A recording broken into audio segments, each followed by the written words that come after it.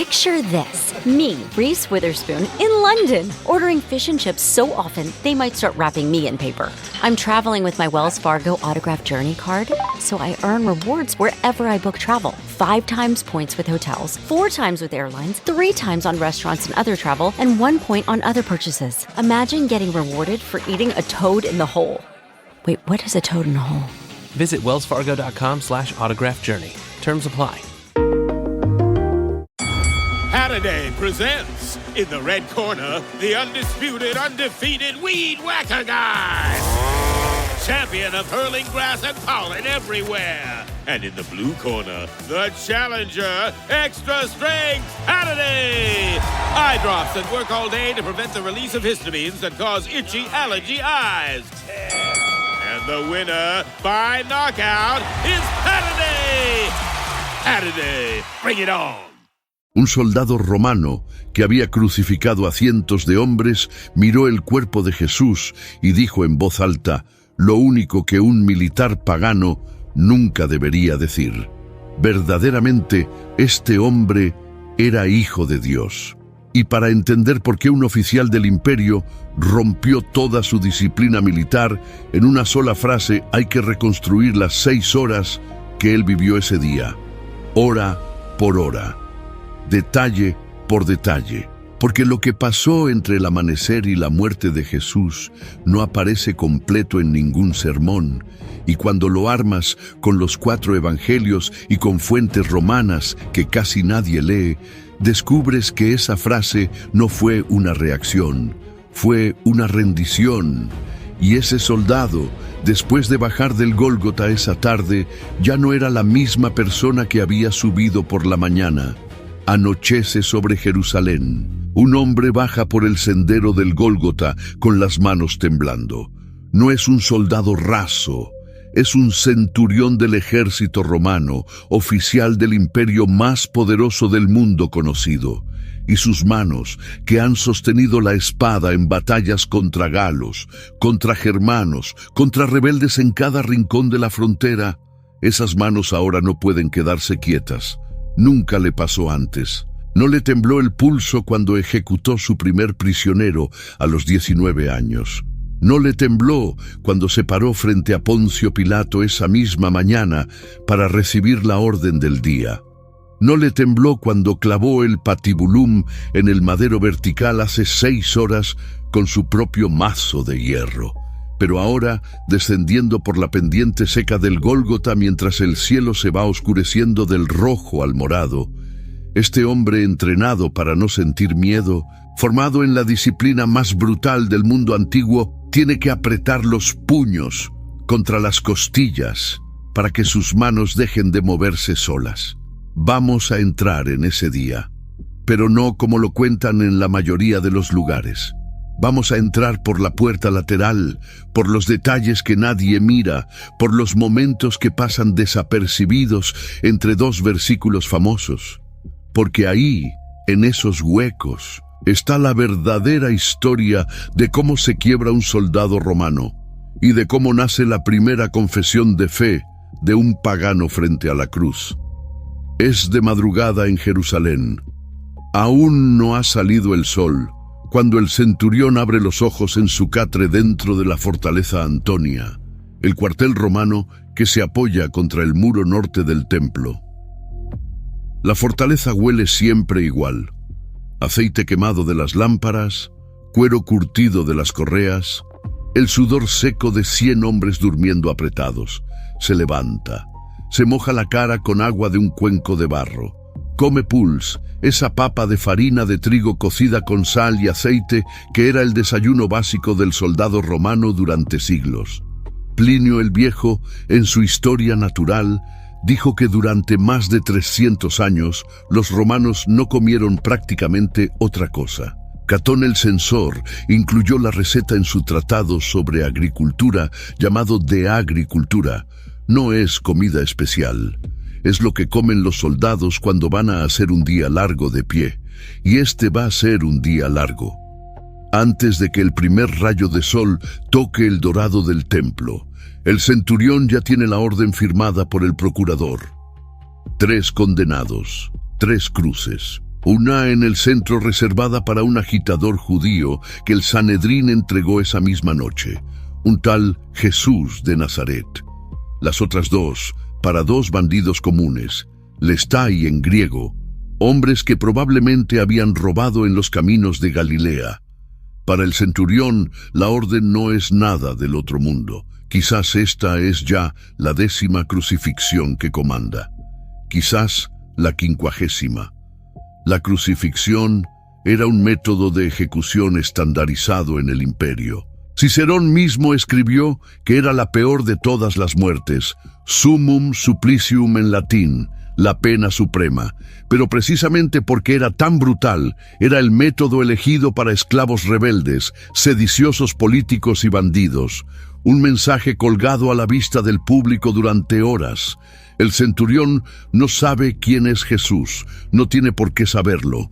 Es trabajo, es protocolo, es ejecución de una sentencia firmada por el representante de Roma. Lo que él no sabe esa madrugada, mientras se ata las correas de las sandalias militares y revisa el filo del gladius en su cinturón, es que la decisión que va a presenciar en el pretorio en las próximas 2 horas va a ser la decisión más extraña de toda su carrera, y va a empezar a desarmarlo desde antes de salir del edificio. Si llegaste hasta aquí, dale me gusta al video. Lo que viene ahora cambia completamente la imagen que tenemos del centurión, porque la mayoría asume que recién al final del día algo se rompió en él. La verdad es que la grieta empezó horas antes, en el pretorio, y empezó por una frase que Pilato dijo en voz alta y que nadie supo cómo procesar. El sol todavía no ha terminado de subir cuando el centurión está parado en posición de firmes en el patio del pretorio, esperando que el procurador termine con el reo. El reo es ese tal Jesús. Lo trajeron del Sanedrín de madrugada pasada la medianoche. Lo flagelaron con el flagrum romano, ese látigo de tiras de cuero con piezas de hueso y plomo en las puntas que arrancaba la carne en franjas. La flagelación previa a la crucifixión era estándar. Otra vez, no es nada nuevo para el centurión. Lo ha visto cientos de veces. Pero entonces, Pilato hace algo que no es estándar. Pilato saca al reo a un balcón. Está cubierto de sangre, lleva una corona hecha con espinos, posiblemente de un arbusto de la región como el Sisyphus spina Christi, identificado por la tradición cristiana antigua como una de las plantas con espinas largas y duras, compatibles con el relato. Le pusieron un manto militar viejo encima, simulando un manto real, y los soldados le habían escupido y golpeado en la cabeza con una caña. Todo eso es burla, burla cruel, pero también es protocolo de humillación al rebelde antes de matarlo. El centurión lo ha visto. Lo que no ha visto es lo que Pilato dice a continuación. El procurador romano lo proclama en latín, 2 palabras que después la tradición cristiana iba a repetir durante 2000 años. Exe homo, he aquí el hombre. Pilato lo dice frente a una multitud que pide a gritos su muerte, pero la frase no es de condena. Es casi una pregunta, como si Pilato, conocedor de la psicología romana, estuviera intentando que la multitud sintiera lástima. Mírenlo, está destrozado. Es un hombre. ¿Qué más quieren? El centurión escucha, y escucha también el rugido que sigue. Crucifícalo, crucifícalo, crucifícalo. Pilato pregunta por qué, pregunta cuál es el delito. Y la respuesta que sale del sumo sacerdote y de la multitud, según el Evangelio de Juan, es estremecedora. Nosotros tenemos una ley, y según nuestra ley debe morir, porque se hizo a sí mismo Hijo de Dios. Hijo de Dios. Esa frase la guarda el centurión sin querer, en algún rincón de su memoria militar, sin saber que en 6 horas él mismo va a pronunciarla en otro contexto absolutamente distinto. Pero todavía falta un acto en el pretorio que el centurión va a cargar consigo todo el día. Pilato pide una vasija con agua. La trae un sirviente. El procurador, frente a todo el mundo, se lava las manos y dice unas palabras que Mateo, capítulo 27, versículo 24, registra: «Inocente soy yo de la sangre de este justo, allá vosotros». Y la respuesta de la multitud, en el versículo 25 siguiente, es una de las frases más pesadas de los evangelios: «Su sangre sea sobre nosotros y sobre nuestros hijos». El centurión no entiende del todo el significado teológico hebreo de esa frase, pero entiende el tono. Es una asunción colectiva de responsabilidad. Una multitud aceptando en alta voz las consecuencias de lo que están exigiendo. Y para un romano formado en la idea jurídica de la culpa individual, esa escena es perturbadora, porque tiene siglos viendo cómo Roma se preocupa minuciosamente por establecer quién es culpable de qué. Y aquí, en cambio, una multitud entera se pone de acuerdo para llevar la culpa. Es la primera fisura en la coraza del centurión. Pequeña, apenas una pregunta en su mente, pero ya está ahí.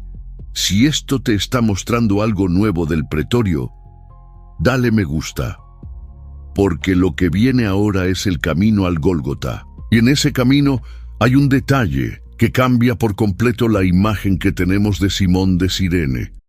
This episode is brought to you by Netflix's Remarkably Bright Creatures. What if a Pacific octopus held the key to a mystery that could heal your heart? Well, that's Tova's reality. An elderly widow working at an aquarium, Tova forms an unlikely friendship with the curmudgeonly Marcellus, whose remarkable intelligence leads her to a life-changing discovery.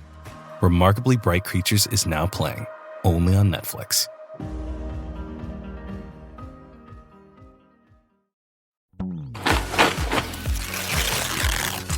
Yeah, cool! A Lego set is a gift that always clicks. And clicks. The end of the final lap, and we've got a champion. And clicks. For kids who love everything on wheels, choose a Lego set. A gift that always clicks. El centurión sale del pretorio con 3 condenados, una escolta de soldados y la orden ejecutada. El procedimiento de la ejecución romana era preciso. El condenado no cargaba la cruz entera, contrario a lo que la mayoría imagina. Cargaba solamente el patibulum, el travesaño horizontal, una pieza de madera de unos 45 kilos. El madero vertical, llamado stipes, ya estaba clavado permanentemente en el lugar de ejecución. El stips se reutilizaba para todas las crucifixiones. El centurión va al frente de la columna con un cartel. Ese cartel va a ser clavado encima del condenado para que cualquiera que pase pueda leer el motivo de la pena. En este caso particular, Pilato había ordenado escribir el cartel en 3 idiomas: en hebreo, en griego y en latín. Jesús de Nazaret, Rey de los judíos. El centurión lleva ese cartel, eso es protocolo, pero el contenido del cartel es el origen de un conflicto político que el sumo sacerdote ya había intentado modificar y que Pilato había rechazado modificar. La inscripción tal cual la había dictado Pilato se mantenía, y el centurión, sin saberlo, está cargando una declaración real que va a permanecer clavada sobre el cuerpo de aquel hombre durante toda la agonía. Avanzan por las calles estrechas de Jerusalén. La multitud se va apretando. Los condenados, agotados por la flagelación, tropiezan. Los soldados los empujan con el plano del gladius para que se levanten y sigan. Y entonces Jesús cae y no se levanta. El centurión tiene un problema operacional. Si el reo no llega vivo al Gólgota, la ejecución pierde su valor disuasorio. Pero si tarda demasiado, va a anochecer y empieza el Sabbat, y el procurador había sido muy claro. Todo tenía que terminar antes del atardecer del viernes. Necesita una solución rápida, y la solución la encuentra en una persona que pasaba caminando en sentido contrario. Marcos, capítulo 15, versículo 21. Y obligaron a uno que pasaba, Simón de Cirene, padre de Alejandro y de Rufo, que venía del campo, a que llevase su cruz. El detalle aquí es enorme y normalmente nadie se detiene a pensar en él. Marcos no se limita a decir que pasaba un tal Simón. Marcos se toma el trabajo de mencionar a sus dos hijos por nombre, Alejandro y Rufo. Ese tipo de detalles no se inserta sin razón en un texto antiguo, donde cada palabra costaba en pergamino. ¿Por qué Marcos los nombra? La respuesta más probable, sostenida por estudiosos como Richard Bauckham en su obra Jesus and the Eyewitnesses, publicada en 2006 por la editorial Eerdmans, es que Alejandro y Rufo eran personas conocidas en la comunidad cristiana romana donde Marcos escribía. El apóstol Pablo mismo, al final de su carta a los romanos, saluda a un Rufo, escogido en el Señor, y a su madre. Si es el mismo Rufo, entonces el padre de Rufo, Simón, es el Cireneo del Gólgota y aquel hombre obligado por la fuerza romana a cargar el patibulum de un desconocido condenado terminó siendo padre de cristianos. El centurión obligó a Simón a cargar la cruz por una decisión puramente operativa. No tenía idea de que estaba interviniendo en una historia familiar que iba a marcar a generaciones. Y Simón, sin esperarlo, se convirtió en el primer hombre en cargar físicamente la cruz de Cristo, una imagen que la teología cristiana terminaría usando durante 2000 años para hablar de cargar la cruz propia. El centurión no sabe nada de eso, solo da órdenes y avanza. Llegan al Gólgota cerca de la hora tercera, según la cuenta judía del día. Eso es alrededor de las 9 de la mañana, contando desde el amanecer. El procedimiento de fijación al madero también era preciso. Y aquí hay otro detalle que la arqueología moderna ha confirmado y que cambia la imagen popular de la crucifixión. En 1968, en una excavación al norte de Jerusalén, en el sitio llamado Givat Hamiftar, se encontró un osario con los restos de un hombre llamado Yehohanan ben Hakkol, crucificado en el siglo I. Los restos fueron analizados por el arqueólogo Basilios Tsaferis, que publicó los resultados en la revista Israel Exploration Journal en 1970, y los huesos contaban una historia precisa. El clavo conservado en los huesos no estaba en la palma de la mano, estaba en el hueso del talón, y por la forma en que el clavo había atravesado el calcáneo, se podía deducir que las piernas del condenado se fijaban a los lados del madero vertical, no de frente. Estudios posteriores sobre la mecánica de la crucifixión, especialmente los del médico forense Frederick Zugibe, mostraron que los clavos en las manos no podían sostener el peso del cuerpo en la palma sin desgarrarla. Iban entre los huesos del carpo, en lo que comúnmente llamamos muñeca. El centurión sabía esto sin necesidad de arqueología. Lo sabía porque era el procedimiento militar. Su mazo de hierro pesado, el Malleus Ferreus, se levantaba y bajaba con precisión profesional sobre los clavos que sostenían a los tres condenados. Los gritos eran parte del trabajo.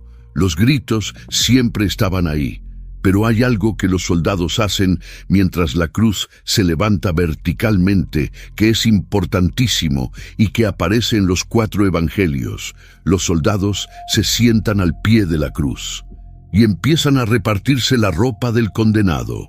Era costumbre romana. Los soldados encargados de la ejecución se quedaban con las posesiones del ejecutado como compensación adicional. En el caso de Jesús, la ropa incluía un manto exterior, una túnica interior tejida sin costuras, una banda para la cabeza, un cinturón y las sandalias. Los repartieron en 4 partes, una para cada soldado. Pero la túnica sin costuras no se podía cortar sin estropearla, así que decidieron echarla a suertes. Eso cumplió, sin que ellos lo supieran, una palabra escrita siglos antes en el Salmo 22, versículo 18. Repartieron entre sí mis vestidos, y sobre mi ropa echaron suertes.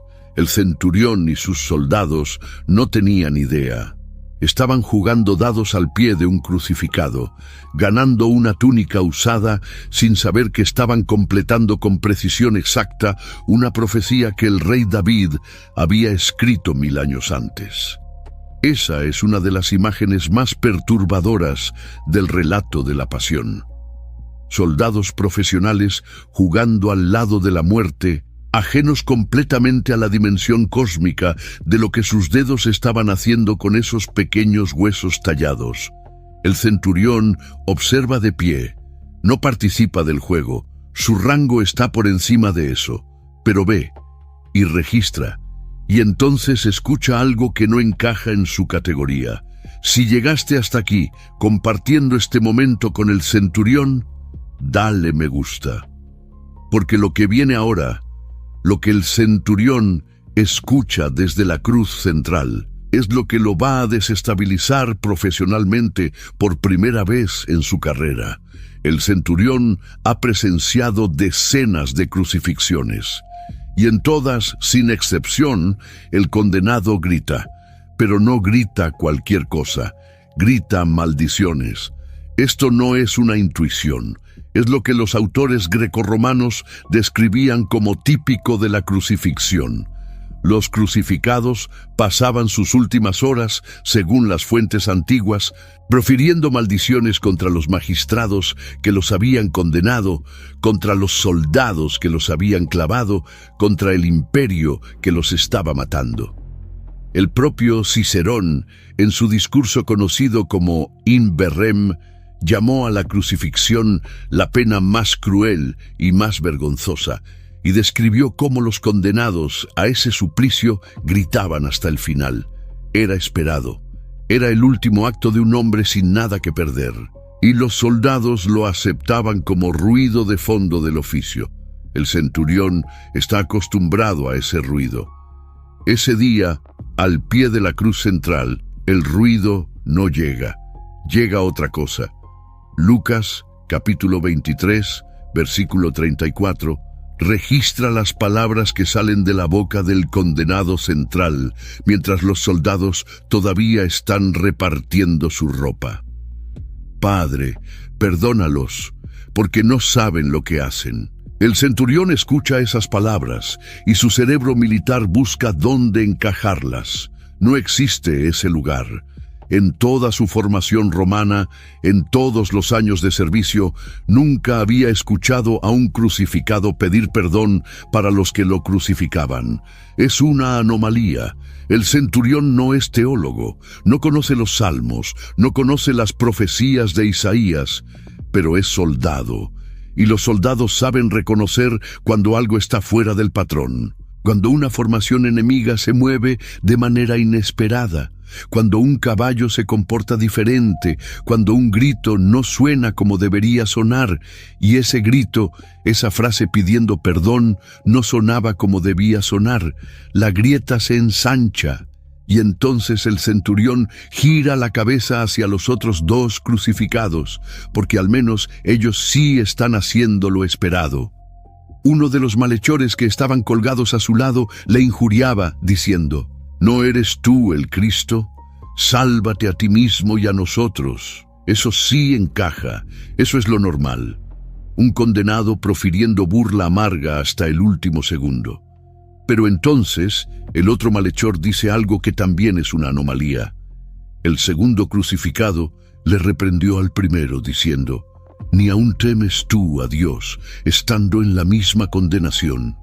Y luego, dirigiéndose al condenado central, le pide algo que ningún condenado había pedido nunca a otro condenado en presencia del centurión. Acuérdate de mí cuando vengas en tu reino. Acuérdate de mí cuando vengas en tu reino. Struggling with weight loss?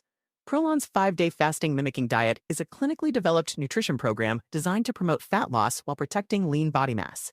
Developed at USC's Longevity Institute, it assists the body in entering a fasting-like state that helps reset metabolism and target visceral fat. In just 5 days, Prolon offers a science-backed approach to weight loss without extreme restriction or guesswork. Get 15% off plus a $40 bonus gift when you subscribe at prolonlife.com/now. El centurión, parado a unos metros de las tres cruces, No puede entender bien la frase, pero entiende perfectamente la lógica. Un hombre clavado en una cruz le está pidiendo a otro hombre clavado en una cruz que se acuerde de él en un reino futuro, como si el condenado central fuera a tener un reino, como si la muerte que están muriendo no fuera el final. Y la respuesta que viene del condenado central es, en términos militares romanos, completamente irracional.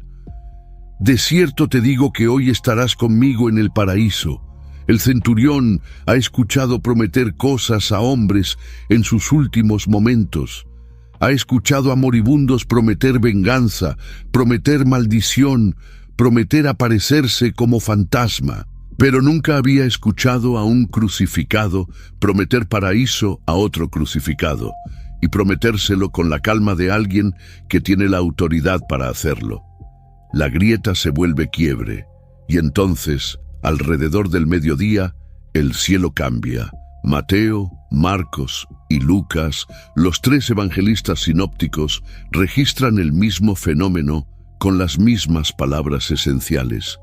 Vino oscuridad sobre toda la tierra desde la hora sexta hasta la hora novena. Eso es, desde el mediodía hasta las 3 de la tarde, 3 horas, en el momento más alto del sol. El centurión es romano. Conoce los eclipses. Tales de Mileto, el filósofo griego que vivió en el siglo VI a.C., ya predijo correctamente un eclipse solar en el año 585 a.C., según Heródoto. Los astrónomos del mundo antiguo, especialmente los babilonios y los griegos, podían predecir eclipses con precisión razonable. Era ciencia conocida, pero un eclipse solar es físicamente imposible cuando hay luna llena. Y la Pascua judía, por definición del calendario lunar judío, siempre cae en luna llena. La luna nueva está en el lado contrario del cielo respecto al sol, no entre el sol y la tierra. No puede haber eclipse solar. El centurión no necesita conocer los detalles del calendario judío para sentir que algo está mal. Lleva el tiempo suficiente en Jerusalén como para saber que es Pascua, y sabe lo suficiente de astronomía militar como para saber que esto no es eclipse. Es algo más. La oscuridad cae sobre el Gólgota como un manto. 3 horas. Las antorchas que normalmente se encienden de noche se encienden a la mitad del día. Los pájaros, que en pleno mediodía deberían estar activos, se quedan en silencio. Algunas crónicas paganas posteriores, como las del historiador Talo del siglo I, citado luego por Sexto Julio Africano en el siglo III, intentaron explicar la oscuridad como un eclipse, pero la explicación astronómica no funcionaba con la fecha. Algo había pasado que ni el imperio podía catalogar. El centurión está parado bajo ese cielo negro. Lleva quizás 1 hora, quizás 2, en esa oscuridad. Sus soldados también están en silencio. Lo que era trabajo rutinario se convirtió en otra cosa. La temperatura ha bajado. Los condenados han dejado de hablar.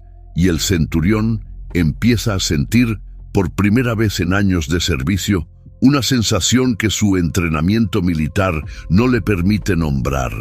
Miedo, no el miedo de batalla, que ese lo conoce bien, sino otro miedo, un miedo religioso. La sensación de estar dentro de algo que es más grande que cualquier marco que su entrenamiento le hubiera enseñado a manejar. Si esto que estoy contando del cielo y del centurión te está moviendo algo por dentro, dale me gusta. Porque lo que viene ahora es el momento que cambia todo. El momento que ese hombre romano va a recordar el resto de su vida.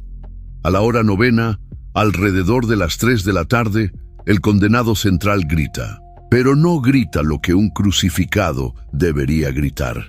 Marcos, capítulo 15, versículo 34, registra el grito en arameo. Eloi, Eloi, lema sabactani, que se traduce, Dios mío, ¿por qué me has abandonado? Es la primera línea del Salmo 22, un salmo escrito por David 1000 años antes. un salmo que cualquier judío observante conocía completo de memoria. Pero el centurión no es judío, no conoce el salmo, solo escucha el grito en una lengua que no termina de entender. Lo que sí registra es la fuerza del grito. Aquí entra el detalle clínico que normalmente se pasa por alto. El centurión sabe cómo mueren los crucificados. Lo ha visto cientos de veces. Mueren lentamente, mueren por asfixia progresiva, porque la posición de los brazos les impide expandir adecuadamente la caja torácica. Cada respiración requiere empujar el cuerpo hacia arriba, apoyándose en los pies clavados, y eso requiere un esfuerzo que los músculos van perdiendo con las horas. Mueren agotados, mueren en coma, mueren con la lentitud insoportable que era exactamente el objetivo del castigo romano: prolongar la agonía como espectáculo público. Los condenados a sus lados van a morir así. Los soldados, al final del día, les van a quebrar las piernas con un mazo, una práctica llamada crurifragium, para acelerar la muerte porque ya empezaba el sabbat. Los ladrones van a morir lentamente, asfixiados, sin poder sostenerse, pero el condenado central no muere así. Da un grito potente, audible en todo el Gólgota, un grito con la fuerza pulmonar de un hombre completo, y expira. Marcos, capítulo 15, versículo 37. Mas Jesús, dando una gran voz, expiró. Una gran voz. Phonen megalen en griego. No el último estertor débil de un asfixiado, un grito completo, y entonces inmediatamente expiró. Para el centurión, eso es médicamente imposible. Un crucificado que llevaba 6 horas en la cruz no debería tener fuerza para gritar así. Y si por algún motivo todavía tenía fuerza, no debería morir en el instante siguiente. Eso no es como mueren los crucificados. Eso es como muere alguien que decide morir. Es como si el condenado hubiera dispuesto el momento de su última exhalación. Y en ese momento, según los sinópticos, la tierra tembló. Mateo, capítulo 27, versículo 51, lo describe. La tierra tembló, y las rocas se partieron. El centurión está parado sobre la pendiente del Gólgota cuando el suelo se mueve bajo sus pies. Las piedras de la colina, esa caliza típica de Judea, se agrietan. Algunas rocas más grandes se parten en dos con un sonido seco. La cruz central se sacude y al mismo tiempo la oscuridad empieza a disolverse. La luz del sol vuelve. El centurión gira la cabeza hacia el cuerpo del condenado central. Y por primera vez en todo el día mira de verdad a ese hombre. Marcos, el evangelio que tradicionalmente se asocia a Pedro y que se escribió con audiencia romana en mente, registra una palabra muy precisa para describir la posición del centurión en este instante. Capítulo 15, versículo 39. Y el centurión que estaba frente a él, viendo que después de clamar había expirado así, dijo: verdaderamente este hombre era hijo de Dios. Estaba frente a él, no detrás, no al costado, no vigilando desde lejos, frente a él, a pocos metros del cuerpo. Lo suficientemente cerca como para haber visto sus ojos antes del último grito. Lo suficientemente cerca como para haber escuchado la respiración entrecortada durante las horas. Lo suficientemente cerca como para haber visto la herida en el costado que vendría poco después.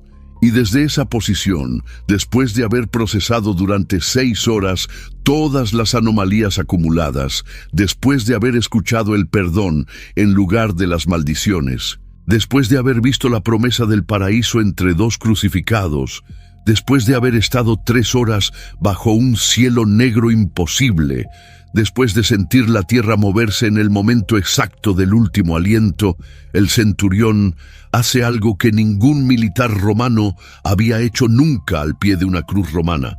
Hace una declaración teológica. Verdaderamente este hombre era hijo de Dios. Y aquí hay un detalle del idioma griego que vale la pena mencionar sin que nos cambie el peso de lo que dijo. La frase griega en Marcos es huios theu, sin artículo definido. Algunos comentaristas han debatido durante siglos si el centurión quiso decir un hijo de un dios, en sentido romano genérico, como cuando decían que los emperadores eran divi filii, hijos de divinidad, o si quiso decir el hijo del único Dios verdadero, en sentido pleno cristiano. Pero la respuesta que importa la dio Marcos al ponerlo en su evangelio. Marcos abre en el capítulo 1, versículo 1, con esta frase exacta: principio del evangelio de Jesucristo, Hijo de Dios. Esa es la primera línea de su libro, y la última vez que en el evangelio de Marcos un ser humano dice esa misma frase es esta, en el Gólgota, en boca de un soldado pagano romano.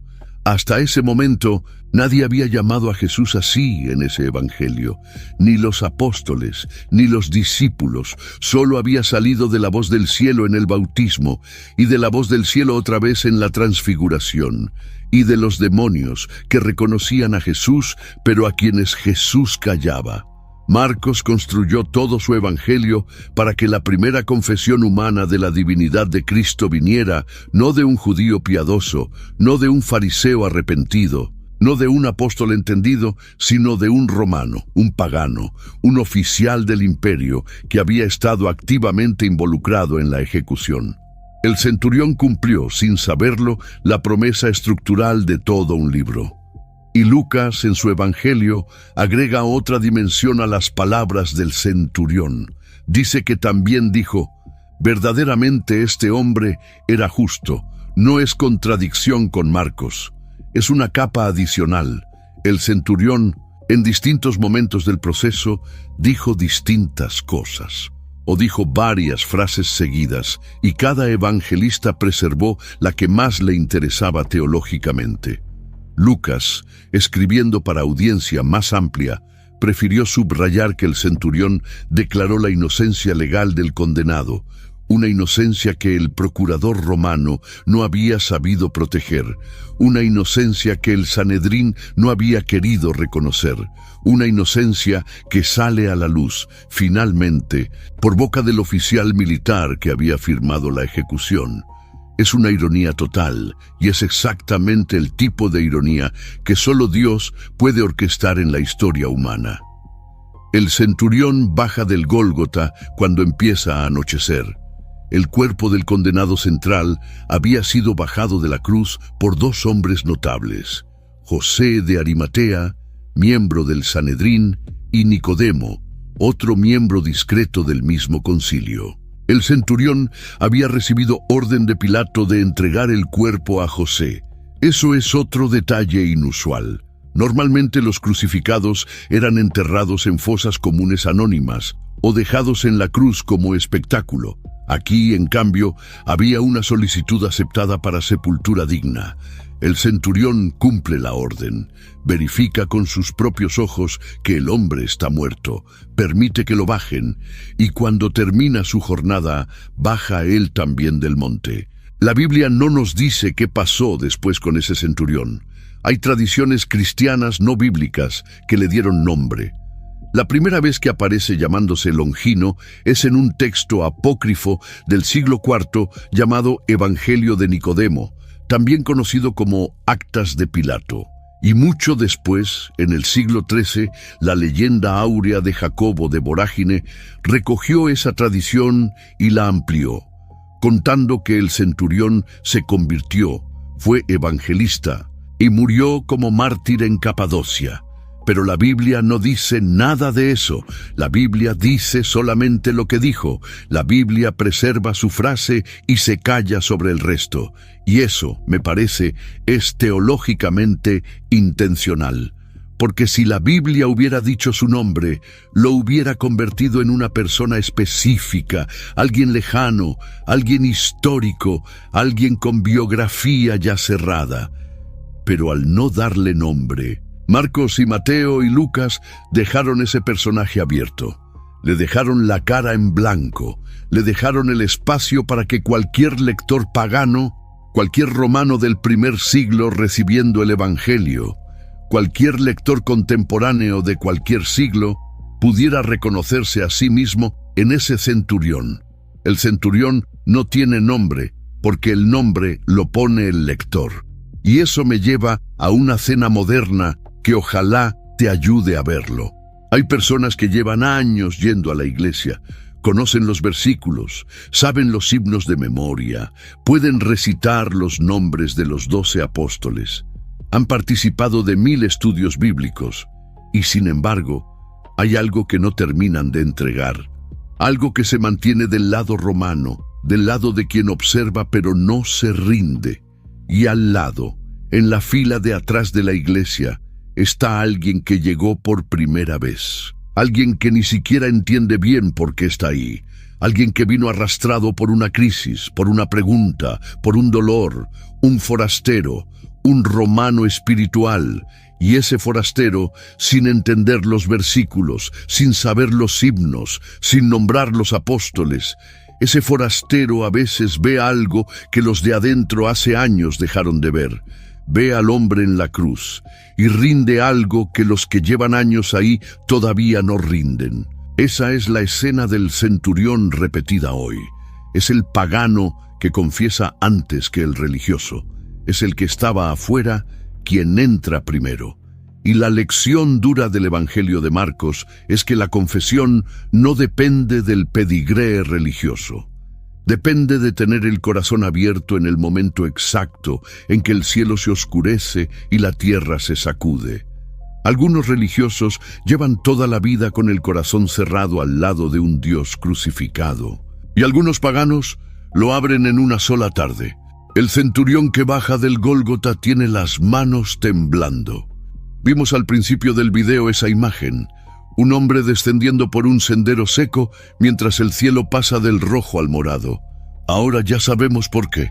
Le había pasado mirar a ese hombre frente a frente y entender en una fracción de segundo que todo lo que su entrenamiento militar le había enseñado durante años no servía para describir lo que acababa de morir delante de él. Por eso le tiemblan las manos. No es miedo de batalla, es algo nuevo. Es lo que le pasa a un ser humano cuando la verdad lo encuentra antes de estar listo para encontrarla. Y el detalle final, el que cierra toda esta historia y que la Biblia te deja para que tú mismo lo completes, es que el centurión nunca volvió a ser el mismo. La frase que dijo no fue una observación, fue una rendición. Fue el último acto de un hombre cuya estructura mental se había desarmado pieza por pieza durante 6 horas, hasta que solo le quedó eso. Una frase corta, una declaración, la verdad que su entrenamiento ya no podía contener. Verdaderamente este hombre era hijo de Dios. Y esa misma frase, hoy, sigue funcionando exactamente igual. No es un argumento, no es una prueba. No es una conclusión racional al final de un proceso teológico. Es lo que sale cuando todo lo demás se ha caído. Es lo que sale cuando el cielo se oscurece sobre tu propia vida y la tierra tiembla bajo tus pies y de repente entiendes, sin saber cómo, que el que está colgado en esa cruz no es un condenado más, es aquel. Y las manos te empiezan a temblar y bajas del monte y nunca más eres el mismo.